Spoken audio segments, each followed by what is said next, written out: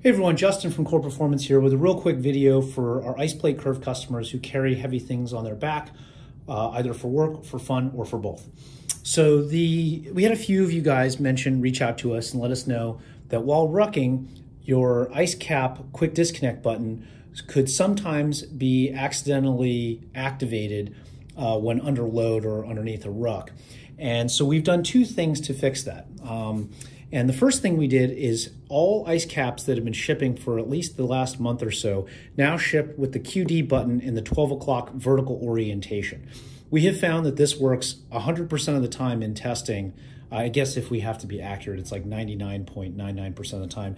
There were a couple of instances where we were able to get it to activate, but it was ridiculous, and there are things that you couldn't actually duplicate in the real world. We just wanted to see how far it could go in testing, which is one of the things we do all the time. We try to go farther than we think we could actually see in the real world. But 99.99% of the time, this vertical orientation has solved the problem completely. But we wanted to see if we could address that remaining 0.1%.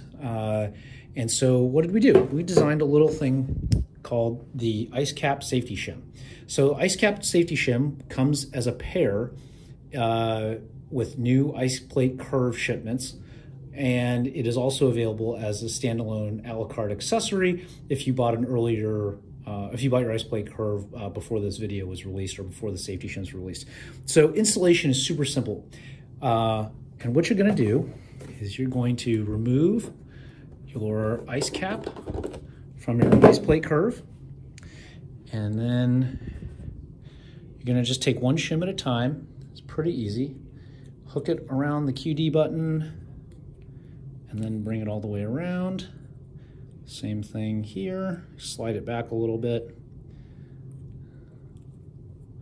Hook it underneath the button and slide it around. And then you're gonna bunch them there.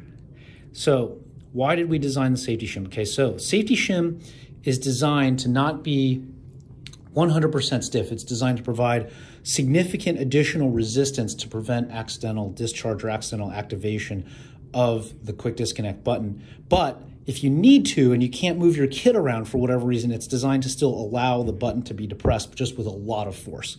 So you keep the safety shims, and you can add one or both depending on your application and depending on how much resistance you feel is appropriate for your application, your load, your setup, etc. Okay, that's why the kit includes two.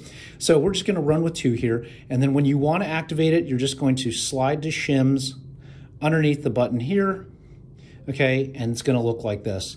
And this second shim is not really meant to be underneath the button so much as it is designed to help provide resistance to the shim sliding around on you. But again, totally dependent on your application, what you're doing, etc. And then you're gonna notice that the shim can be depressed, but it takes a lot of force to really get it down. And it's quite difficult.